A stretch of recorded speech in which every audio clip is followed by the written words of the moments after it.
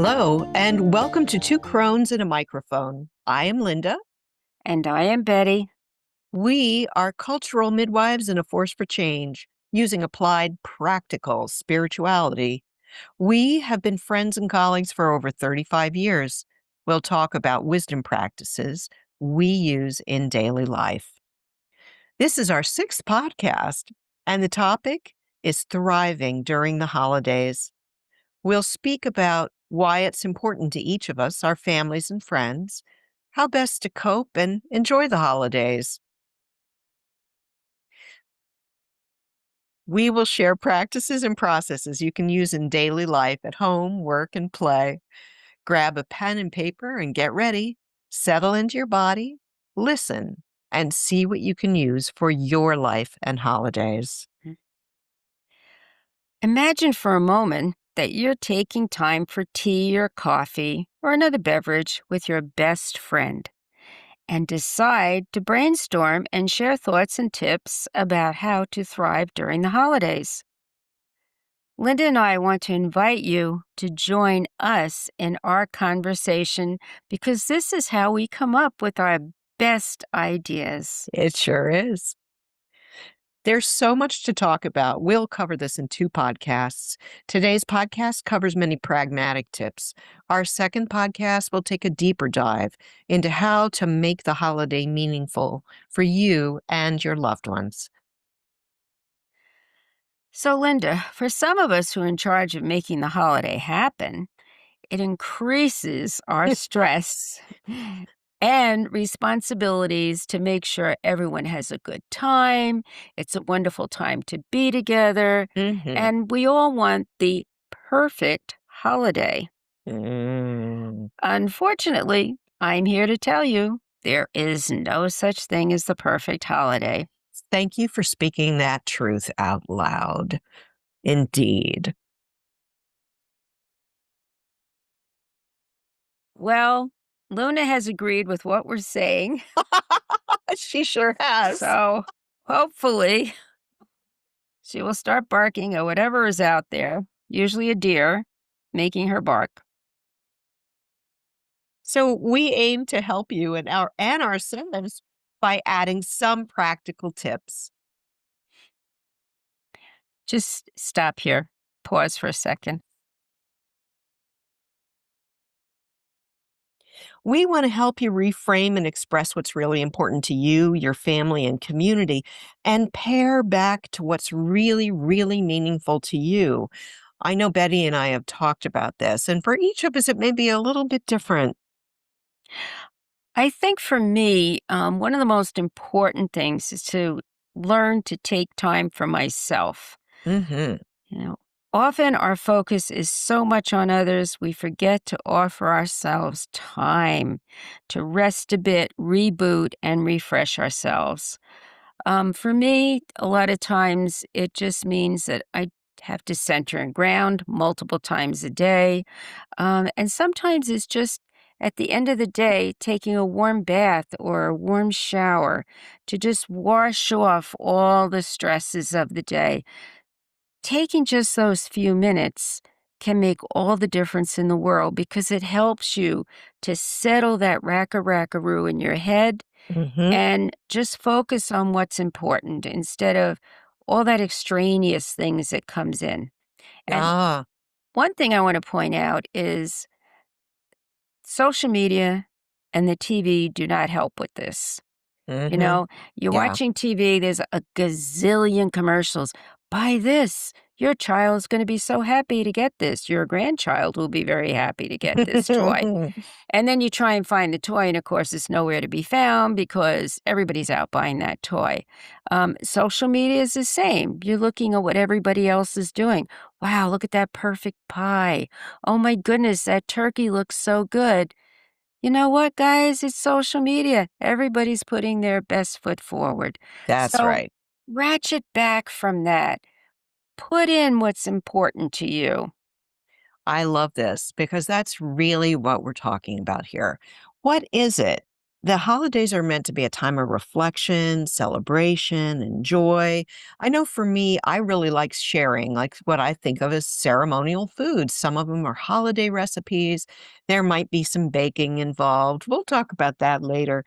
And, the gathering of family and friends, it's for me at least too, it's part of a reflection of how the wheel of the year moves forward because of course the holidays give us that point of reflection.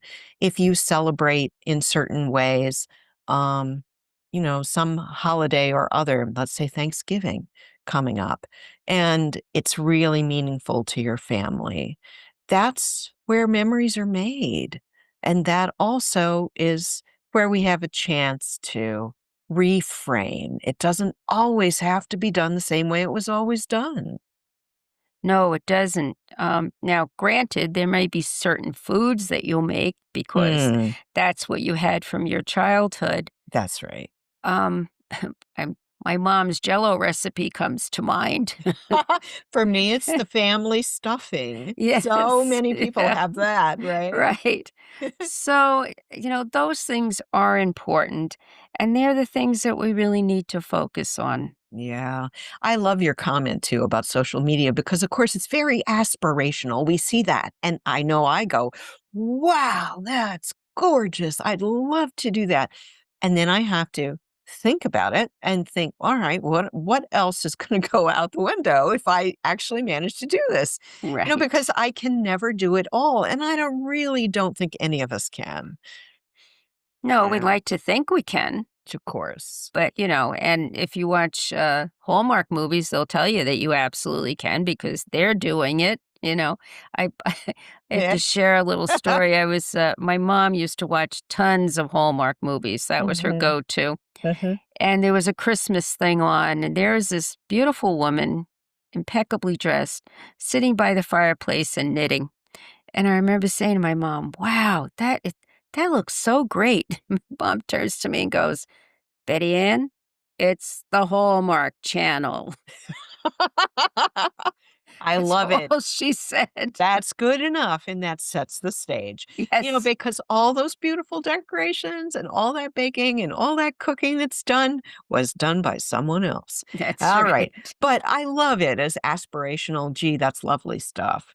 Well, let's get down to some of the practical stuff here. Betty, you and I talked about digestive herbal bitters.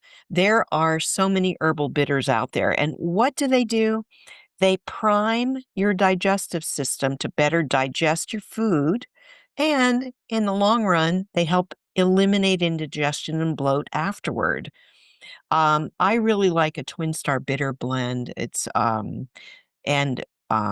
has hawthorn, dandelion root, ginger root, orange peel, cardamom, fennel.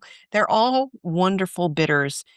Hawthorn is really good for the heart and the digestive tract. Dandelion root is good for the liver. It helps it work with all the rich foods. Ginger root is very warming to the digestive tract and helps with digestion.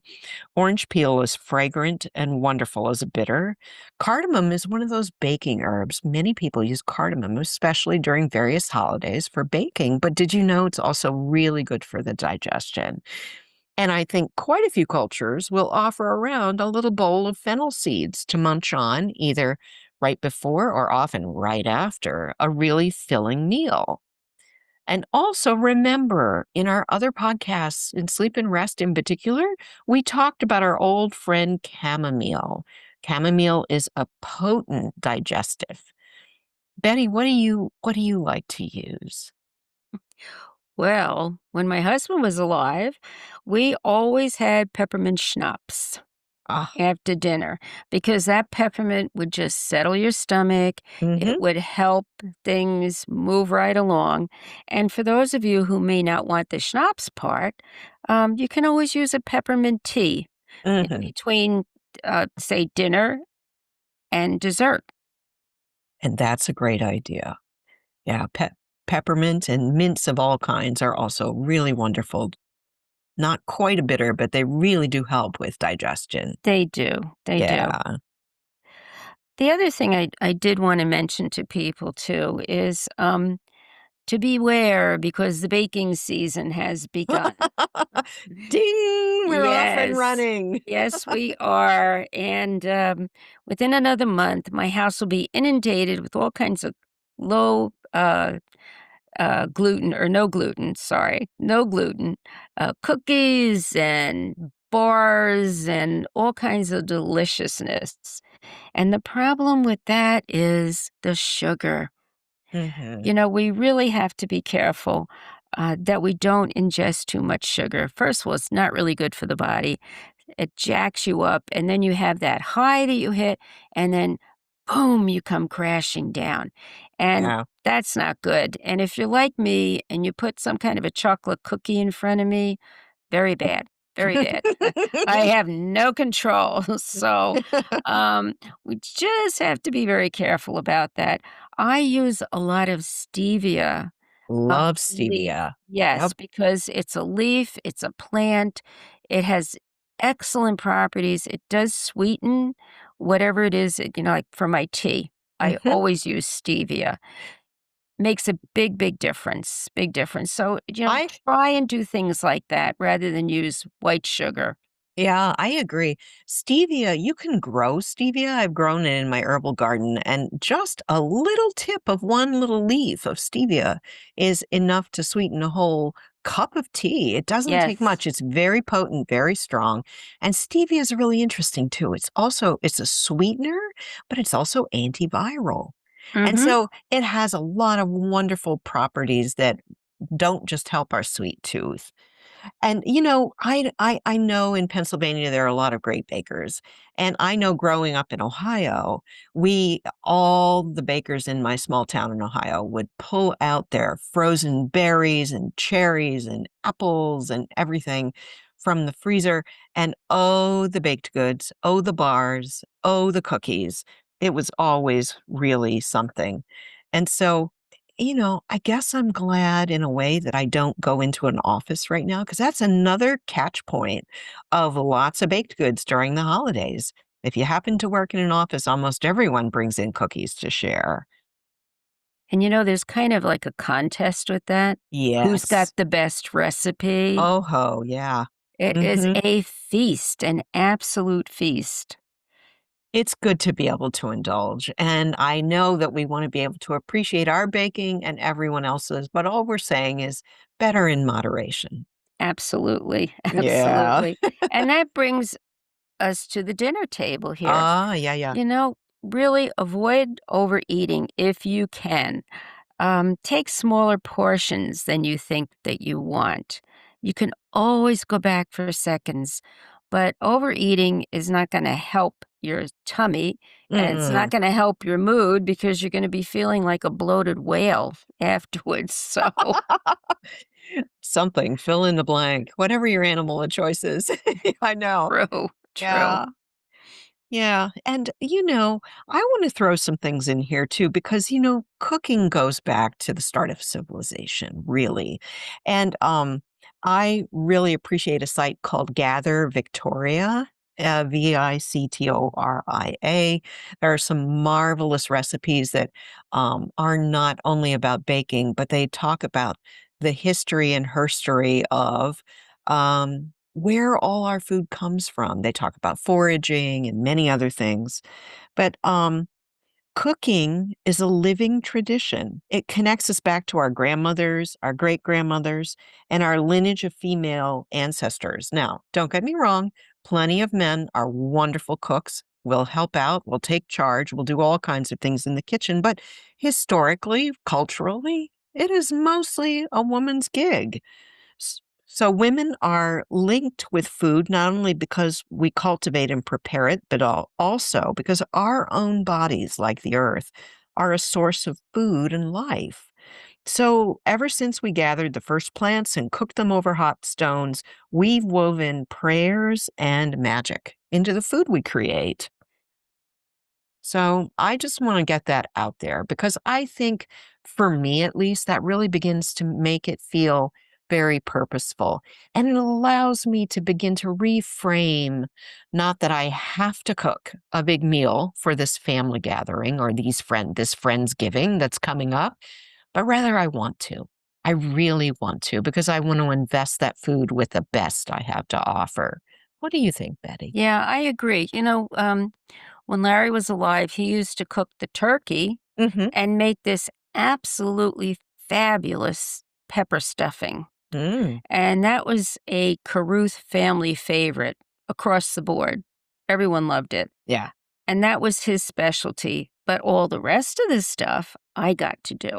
The planning, the Yes. shopping, Yes. making all the sides. Uh-huh. I'd be chopping up all the stuff for the stuffing. I was like the little sous chef, Yeah, yeah, yeah, yeah, yeah.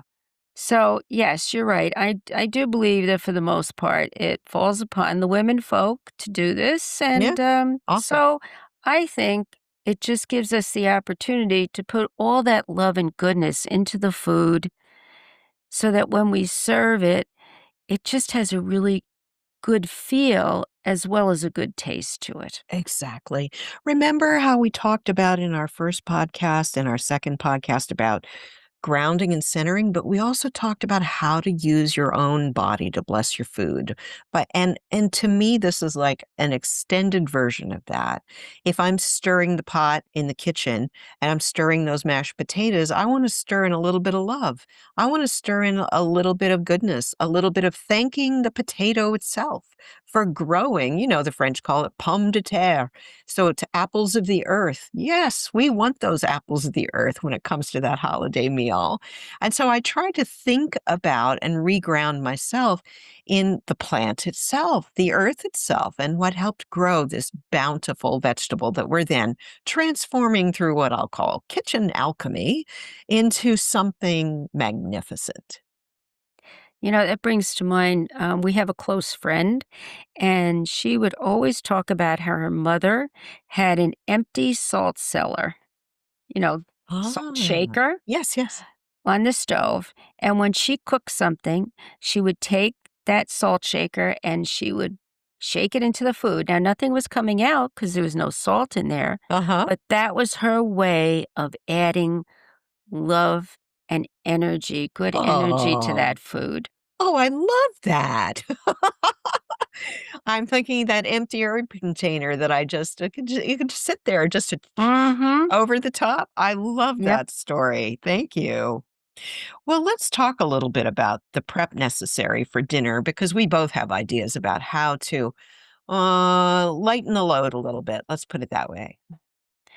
Well, first of all, ask for help in the kitchen. Mhm. When I was first married, I never did that. The first couple of years, I was like, this is my house. Everyone should have a really good time. But I forgot about myself. Mhm. And I would never ask. And I'd be in there like cleaning the pots, cleaning the pans used, cleaning the dishes. I'm like, oh, no. Finally, I got smart. And what I did was I started to assign things to people. Oh, I'm And I so in favor of that. I give assignments all the time. I would gently go up to someone and say, even the little ones, the Mhm. kiddies, Mhm. I'd say, Carly, would you like to put the silverware and the napkins on the table? So Mhm. she would do that. Yeah. I would go to one of the other adults, perhaps, and say, do you think you could help me wash the dishes? Great. Someone else help me wash the pots and pans. Mhm. Can you dry them? Mhm. Because the dishwasher really only holds so much. I know. And we've had in the past, we would have as many as 25 people at our house. There we go. Yes. Dishwasher can't handle 25 people. You have to do certain things by hand. That's right. And if I put out the good silver and the good china, all that had to be done by hand. Now, that's another Mhm. thing to look at. Do you really have to do that? I know, right? You know? I hmm. It's all up to you, but what we're doing is we're sharing some tips and brainstorming ideas Mhm. together. I know for me, for certain holiday meals, I'm regularly cooking for 10 to 15 people, and it is a pleasure, but it's also a lot of work. And so what I do is I'll assign out various courses. Like I'll say to someone, "Would you please bring the salad?" Because with all those other heavy foods typically, I'd like to have a nice light salad that'll counteract that, but sometimes a salad takes a while to put together. So, in the interest of time, I'll assign that. Sometimes I'll say, would you bring an appetizer or two? Or if I have a appetizer ready to put in the oven, I say, would you take care of this appetizer from soup to nuts? The oven's heated. Put it in, watch it, and serve it. Thank you. The other piece that I'll do is, you know, pouring out the water or cutting up the bread or plating the dessert when we get to dessert. Would you please score and cut this pie and help me get everything organized for it? So everyone gets an assignment. And what other tip? Now, you all heard Luna barking before, so I have her. So if you have pets, particularly like the dog that has to be walked, assign that to someone. Let them get out there. And a lot of people are happy to do it because they want to walk off the calories that they've just accumulated Yes. and get some fresh air. So as long as the weather isn't inclement, maybe you can get one of the kids to walk the pup. See, I love that. And there's another assignment too, because, especially if we have extended family or mixed generations in a household, sometimes someone may be sitting alone there. So I will sometimes say to a younger member, go talk to Uncle Harry. I bet he has some great stories that he'd love to share with you. And you can find out a little more about what's going on and he can listen to your stories. I bet he's really curious about what goes on. And, in that way, we begin to interact and also diffuse some of the stress that can occur around the kitchen, around the dining room table. Because if everyone wants to get their stories in, sometimes they just want to be heard, and those are important pieces too. I think it's also important for us to remember to bless the food while you're preparing it and also before dinner. And you can include everyone in this blessing. I mean, in Hmm. our home, we all join hands, make a little circle around the dining room table, and even the kids at their little kid table, they will hold hands there, and we'll say some form of a blessing. Yes. Linda, I think you had one that was really quite beautiful and Yeah. all inclusive. Yes, and I wanted to report because our dear friend Suzanne in Japan has reported a Japanese tradition, which is the Japanese tradition of saying "ikitakimasu," and they say that before each bit of food to be partaken, and sometimes they'll put the two palms of their hands together and bow slightly in prayer fashion. And what does that mean? It means gratitude for what is about to be eaten to the gods and the chefs. And I love that. It's all inclusive. It's let's give gratitude to the gods, the goddesses, the earth, and the chefs who've created this bounty. I love that. It's really, really beautiful. When we bless our food, I always make sure that we thank the plants, the Thank you. four-leggeds, all have given their life to nourish us and keep us Exactly. healthy. So it helps bring the table together. I completely agree because I think energetically what it does is it gives us a central focus and it puts us in the right place. We should be grateful, I think. I agree. And after all, it is Thanksgiving, you There know? is yes. I've also done one other thing too. Maybe after dinner, while we're sitting around before we start clearing the table, Mhm. I'll ask each person what they're thankful for this year. Oh, lovely. I like that. Yeah, It's really, and it's interesting to hear the answers. It I really is, especially from the little kids. I bet. It's Uh-huh. a wonderful tradition. So I offer that to you if you want to start that with your family. I think that's marvelous. I'm going to adopt that. And so what happens after the meal? Well, let's talk first about the fact that most of us would take a break between the large meal and our dessert. So what do we do then? Well, in our home, very often we would play a game. Mhm, We might start a game of Monopoly because mhm. that can be interrupted in the middle very easily. Monopoly can go on for days, actually. Yes, it can. But we might play that. There are card games, perhaps Scrabble. And you can also, if the weather's good where you are, get outside and play a little touch football. I like that. I know in my family, we play a card game, and it's called Cutthroat 500. Look Oh it up. my goodness. It's basically like a little bit like Rummy, but it has its own rules. But watch out for my elderly Aunt Dorothy. This is shouting out to you. She is a card shark. She knows every card in that deck and who has played it. There's everything upstairs is working there. Yeah. Oh.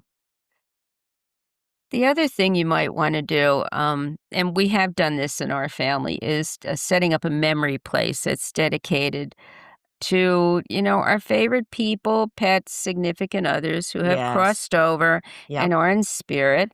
You might want to add pictures, mementos of your time together, perhaps a crystal, flowers, herbs, just a way to include them at the table. Yeah. I love the story that our friend has shared. And she said her husband crossed about a year and a half ago. And what she does is she has his glasses on the mantle. And what was the rest of the story, Betty? She always said that, when it's time for him to come back and get them, he will. Oh, And there's a lot of implications in that statement. yeah. But Yeah. when she looks at those glasses, she remembers him, she's happy. Yes. She remembers all the good times that they had. And I think it's also important to include these people and pets Yes. into our family celebrations because actually the way I believe, and I think you do too, Linda, is Hmm. that they never really quite leave us. They're always here in No. spirit. And this is just acknowledging their presence. I love that. Yes, because I do think about my ancestors. I love to tell old family stories, Mm-hmm. and I love to remember, especially my maternal grandmother, who was such an influence in my life. And so I love kind of calling them forth and saying thanks, because let's face it, if it weren't for our ancestors, we wouldn't be here. That's true. And the uh, benefit to this also is that frequently the younger children will come up and say, "Oma, who is that?" Yeah, And it would be their great great grandmother. We have a yeah, photo of her great great that's grandmother. right. Hmm. And then it gives you the chance to introduce them to great great grandma, That's right. and it gives you a chance to tell perhaps a story about them. Mm. I was blessed to have met my great great grandmother when I was young. She lived into her hundreds, and you know, I can tell my nieces and nephews about her. That's so great. I never got to meet my great grandmother, even because she had crossed already when I was born. But I know I cherish the stories that I regularly tell my daughter and others Mm-hmm. in the family about my grandmother and my grandmother on both sides that were both great. Well, I think we've covered quite a bit here. I hope you've gathered some tips that you can take and possibly use. We want to offer some more practical advice too. We want to remind you to listen to our earlier podcasts because grounding and centering many times a day until it becomes automatic is a terrific thing to do. And that'll help calm what we call the mind chatter, the racka-rackaroo. We talk about clearing the house. That's another thing I regularly do in the holidays. I will clear or smudge or use salt in the house, and it can be done many times during the holiday season. Listen to sleep and rest because goodness knows we all lack a little bit of sleep during that holiday season. And finally, think about and listen to our herbs and essential oils for stress relief because we both highly recommend the Rescue Remedy 5 Flower Essence. It's your best friend during the holidays. So, two wise crones say, here's your wisdom practice to put into action. Pick one or more holiday suggestion and put them into action. Stay tuned for part 2 of the Thriving with the Holidays. And Would you like to take the next part, Betty? Oh, sure. Let us know how everything works out for you. And please share with us your traditions, what you might do. Yes. Like Linda's friend in Japan, who shared with us the blessing that they use. I think it's important for people to share with each other so that it gives us options, gives us, and it's just such a small world today, isn't it? Yeah. It Yeah. really is. And this way, you get to pick and choose. I agree. So remember, the wisdom practices that we're giving you, we're helping you to navigate the muddy waters of our time. And believe me, they're muddy. So Yeah. And we will see you the next time. yes, our next podcast will be part 2 of Thriving for the Holidays. And we do want to encourage you to stay up to date by checking our social media platforms. Look for our picture of the 2 owls for 2 crones. Join our Facebook page, 2 crones, TWO, crones, and a microphone. Or find us on Instagram at number 2 crones and a microphone. And our special thanks to Francine Rambusik, our amazing producer, content designer, social media manager, and photographer. Until the next time, be well. Hi, if you're enjoying 2 Crones and a Microphone, please like this video and hit the subscribe button. Enjoy timeless wisdom from modern times, all served up by women in the know.